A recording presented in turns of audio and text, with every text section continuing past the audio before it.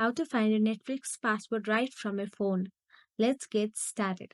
First, open up the Netflix app on your phone and go to your profile. Please click on app settings, and there you will get to see some of your membership and section, and tap on change passwords and many more. You may be asked to verify your identity with your account password or by receiving a verification code via email or text messages. And we clearly can't see password from Netflix app. So please go on any web browser and click on it. Type netflix.com in the address bar.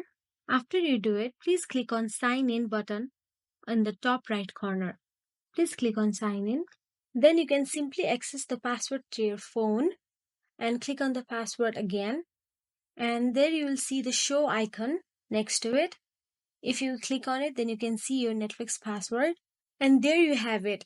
If you found this tutorial helpful, give it a thumbs up and subscribe to our channel for more tech tips and tutorials. Thanks for watching.